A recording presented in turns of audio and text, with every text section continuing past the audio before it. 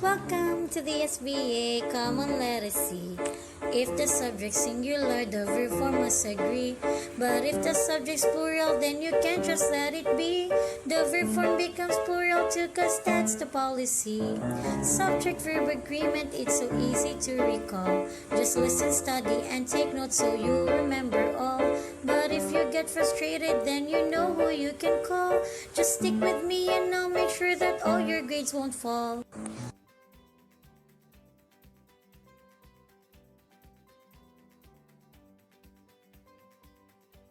Hi, today let's discuss subject-verb agreement. So hopefully ginugduman pa ang nouns and verbs because they are instrumental in learning SVA. So why do we have to learn SVA? This is important so that if naamoy himuon or naamoy kasturya, you are able to send your message across properly nga dili maglibog ang inyuhang readers. Learning and understanding subject-verb agreement helps you create clear sentences that the reader will understand. So in the future, maghimo ba mog letters or memos, reports, research, any change or mistakes or errors in SVA will affect the meaning of your sentences. Mura lang siya gamay karon, mura lang siya dili ra big deal, but we know nga akong gisigi po balik-balik, there really is an effect even if a slight change of punctuation or word. Okay, so let's proceed to the first one. We have the number agreement. The subject and verb must agree in number. So if singular ang inyong subject, then singular pod ang inyong verb. For example, like the picture, the girl is brushing her teeth.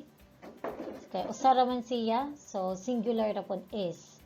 And then the boys are singing, so they are more than one. So maunang duha or pang plural pod ang iyahang verb. Mao lang jud na siya ang basic. So ato lang na hinumduman, singular subject, singular verb form, plural subject, plural verb form. And then the next one, words between subject and verb. So momento akong giingon nga naay times ang subject ma-separate siya sa verb. And these are called subordinate clauses or prepositional phrases. They come in between. So for example, the colors of the rainbow are beautiful. So maybe malibog ta kay tungod sa rainbow nga anong R nga usara man ang rainbow walay S. Pero ang iyahang subject dira kay ang colors man. So that's plural. Mo na colors of the rainbow are beautiful. Kanang of the rainbow, those are only prepositional phrases. Moving on, let's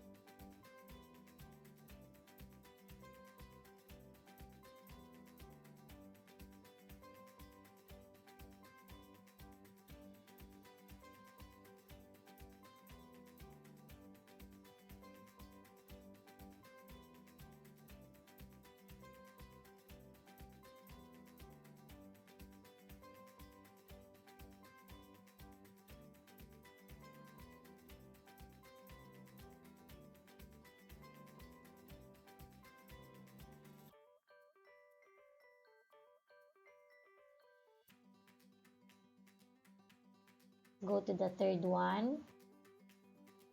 Here and there. So, kanang mga words nga here and there. When the sentence starts with either of these words, ang inyuhang basis ana is that the subject follows the verb.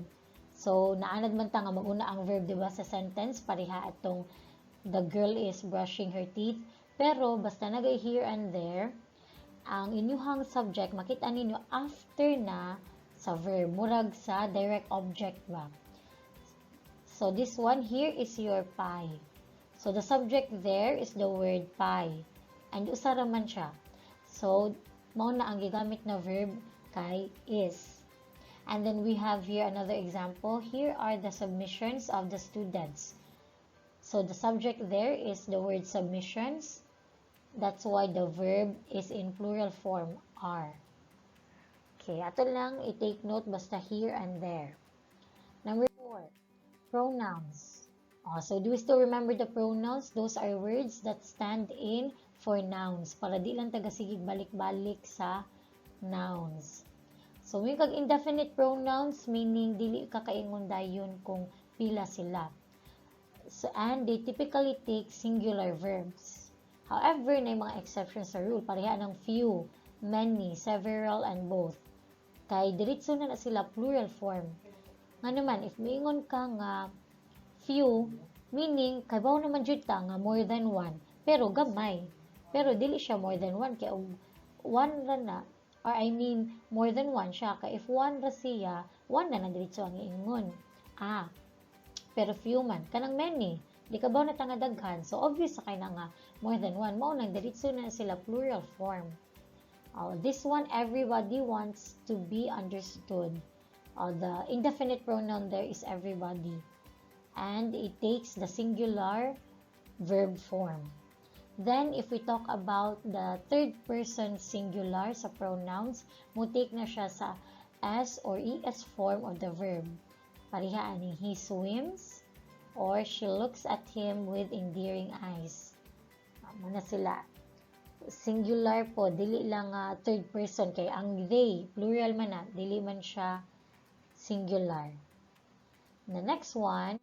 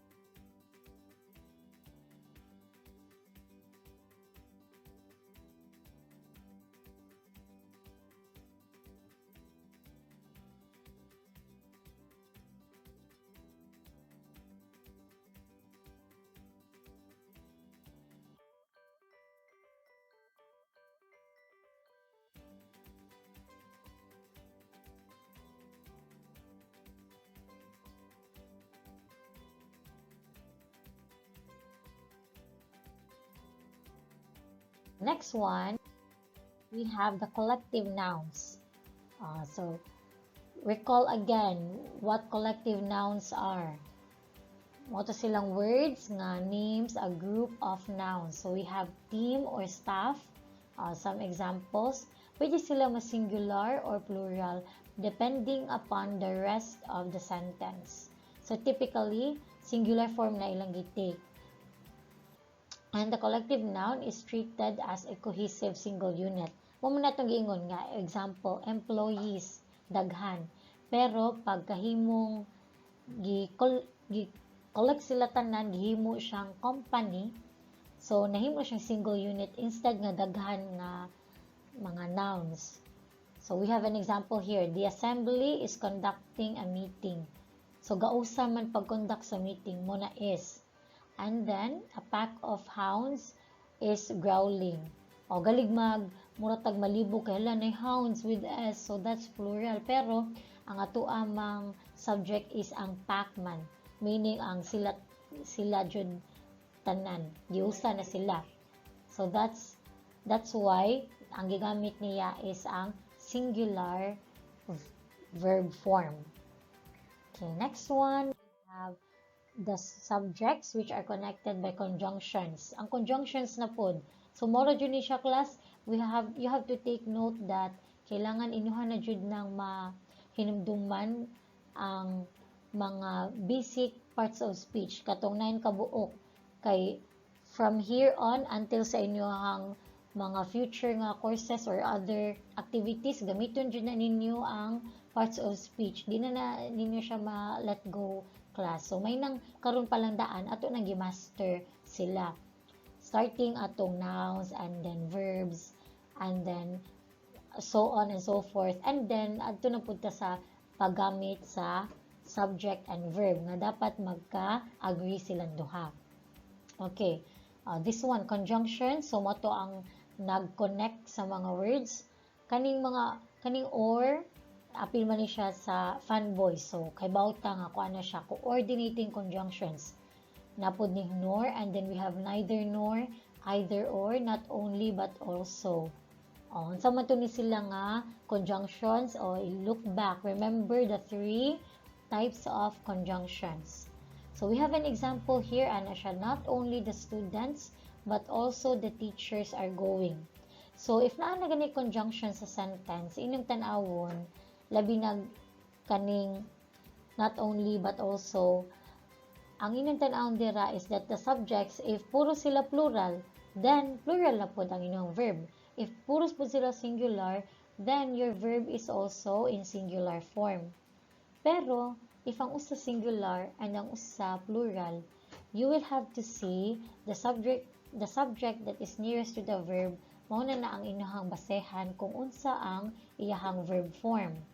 So we have this one, either the elephants or the tiger has escaped from the rescue center.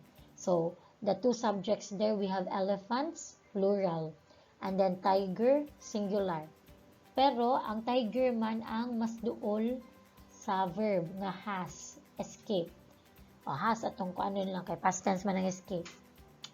So, ang atong basis is ang singular form, which is the word tiger. Mao na has escaped. And then sa ubos pod, gibalipod niya, neither the tiger nor the elephants. Mao nang nahimo ng plural form. Mao nang have escaped the rescue center. Sige lang, because I will also send this PowerPoint presentation after para maklaro ninyong tanaw. And then the second rule, we have the object of preposition. So the only time the object of the preposition decides plural or singular verb forms is when noun and pronoun subjects, parihaan ni some, half, none, more, or all, are followed by a prepositional phrase. So, ang mag-agree naman dyan ana is ang subject and ang verb. Ang kana siyang object, lahi naman po na siya nga part sa sentence. So, pwede rin ato lang na siyang i-tackle again para mas in-depth pa dyan maklaro.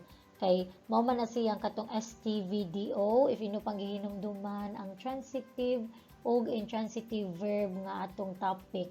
So, apil na po dira ang object of the preposition. Additional sa part sa sentence nga dili lang katong subject and predicate.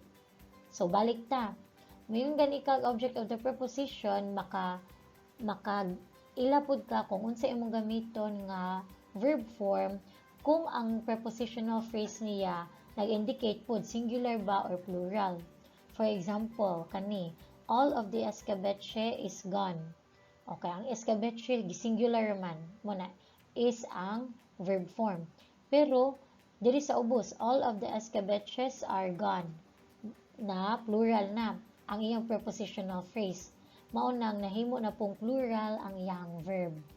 O, lahi ni siya atong pag-una hangaw, gali atong ma-frustrate sa katong second rule nga words in between subject and verb. Kay, although mahimutang siya nga in between or before sa verb, ang atong mambisis kay kanimang mga words nga some, half, none, more, unya all. Mo nang mo take note gihapon ka sa words nga naa sa sentence. They will serve as your clue as to knowing what verb form you will use in your sentence.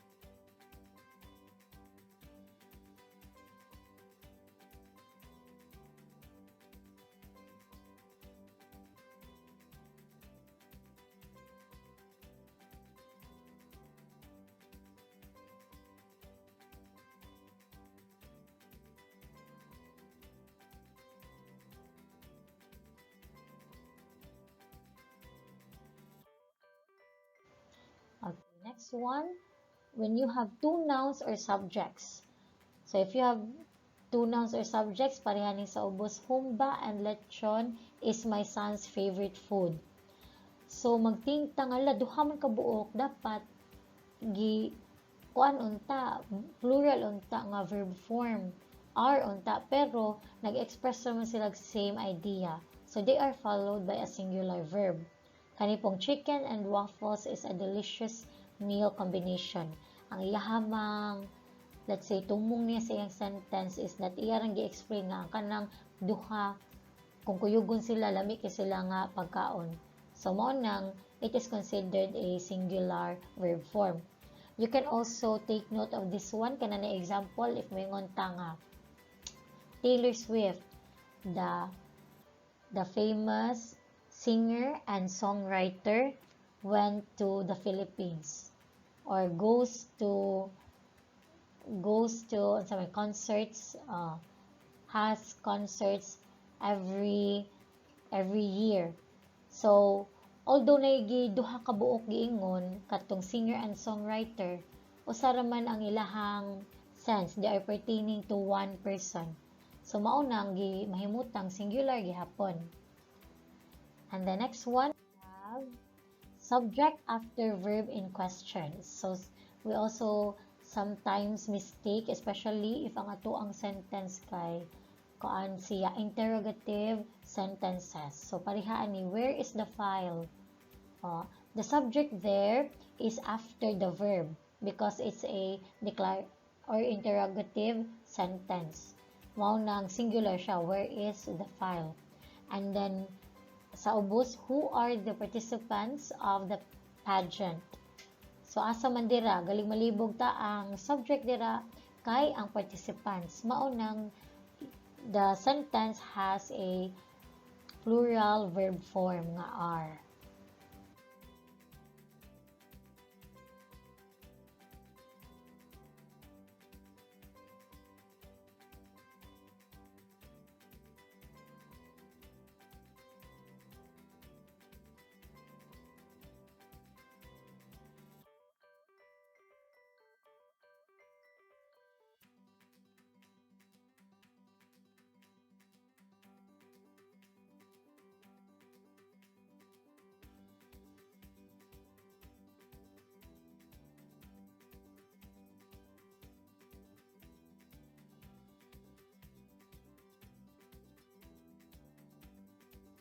next one, we have the titles and units of measurement. So may kag units of measurement kanang nag-measure kag distance or weigh or mass kung measure or apil dira ang kanang kwarta o na diri sa examples. 5 liters of gas was required to get the vehicle running. Napoy time, measurement of time. Wait. Kuan na to class ka nang. Naray, kuan. Iring. And then you also have the titles. Kung title siya, bisan pag ang title niya ay plural, pero you're only talking about one movie ba or book, so mahimutang siya, singular gyapon na siya. The God of Small Things is written by Arundhati Roy. Kani 500 Days of Summer, galing ato is-singular kay abi ni 500, pero that's still, plural. So, singular gyapon na siya. 500 Days of Summer is a personal favorite movie. And also, we also have to take note, parihaan ng mga subjects. Ano mo ingon ta? Economics is a hard subject. Mathematics, physics, those still have singular verb forms. Bisan pag na sila S, dili na siya pagkangan lang na anay S sa iyang word, dilitso na siya, mahimo na siyang plural na siya nga subject. And then, the last two, we have each, every, and no. If naagan siya sa sentence, especially if mo na ni gauna, diritso or automatic, that's already singular verb form. For example, every man and woman is required to register first. So, magtuo tingali ta nga plural because man and woman. Pero tungod sa word nga every, mo na iyan namang na-emphasize nga tagsa-tagsa. Mo nang mahimo na siyang singular verb form. And then we have gerunds.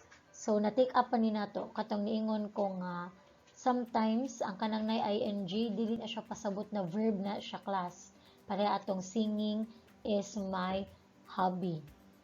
Mo nang, ang kaning gerunds, kuan man gud ni siya. These are words or una na itong tanaw, magtuotang verbs sila, but they are acting as subjects in a sentence. Wala sila gigamit as a verb.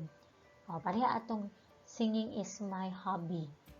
So, ang verb na dira, ang word nga is singular. Kay singular raman ang gerunds kung usara. And then, ang nahimo na ditong subject, ang word na nga singing. Dili na siya verb dito nga sentence. So, we have here gerunds. You take the singular form of the verb. Pero if duha na sila na and pareha ani or reading books and solving ato lang ng sumpayan, solving mysteries are his favorite pastime activities. So kung duha na gani, bisan pag gerunds or na ing na naman siya and, mahimo na siyang plural verb form.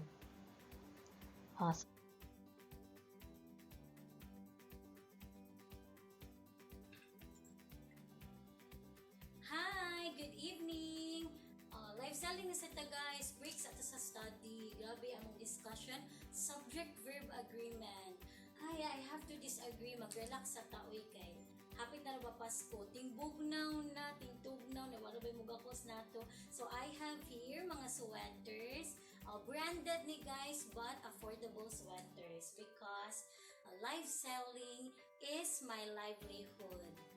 Each sweater costs 50 pesos only, guys. Costs? Singular na. Ay, ude. Singular di ay basta na each and every sweater costs 50 pesos only. Nara, guys. This one, branded ni siya. West Coast. Original, legit ni guys. Pangita dyan akong tarong because buying and looking for affordable but branded clothes are my passions. Tara guys, kasi mo pamain diha. Pamain mo diha guys. Nindot kaayo. This one, gray and red. How much? 50 pesos lang guys. Pamlitiran na, gikan Mingla to Naga. Mine red. 50 pesos is very cheap ra. Mine to malay. Ako storage kini struggle na guys. Pa-SS na lang. 1, 2,